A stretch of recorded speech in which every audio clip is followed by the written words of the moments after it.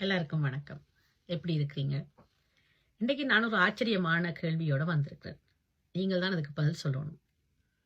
ஒரு தொலைக்காட்சி நிகழ்ச்சி பிரெஞ்சு மொழியில 60 ஆண்டு அல்லது 70ஆம் ஆண்டு காலப்பகுதியில் எடுக்கப்பட்ட ஒரு நிகழ்ச்சி.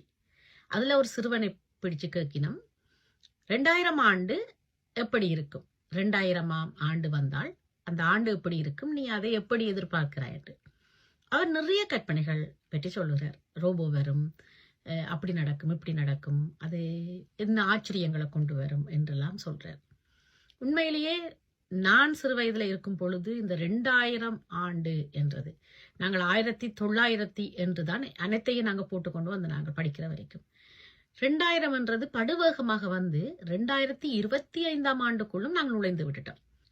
நினைச்சு பார்க்க ஆச்சரியமா இருக்குது, எவ்வளவு நீண்ட தூரத்துக்கு ஓடி வந்திருக்கிறோம் என்று சொல்லி. 1900 என்றிலிருந்து 2025 வரைக்கும் நாங்கள் போட பழகிட்டோம். அப்படி இருக்கேக்க, நீங்கள் சிறு வயதுல இருக்கேக்க இந்த 2000 ஆண்டு வரும், அது எப்படி இருக்கும் என்ற ஏதாவது ஒரு எண்ணப்பாடு உங்களுக்குள்ள இருந்ததா? உண்மையா நான் அப்படி எதுவும் நினைக்கல.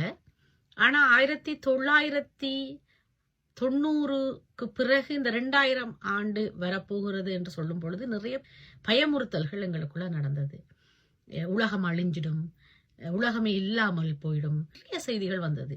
ஒரு பக்கம் இந்த 2000 ஆண்டு வரப்போகுது என்ற பயம்தான் எங்களுக்குள்ள இருந்தது. நீங்கள் இந்த 2000 ஆண்டு வரும் என்று எதிர்பார்க்கும் பொழுது அது எப்படியாக இருக்கும் என்று அந்த காலத்தில் எண்ணி இருந்தீங்க என்றதை என்னோட பகிர்ந்து கொள்ளுங்க. வணக்கம்.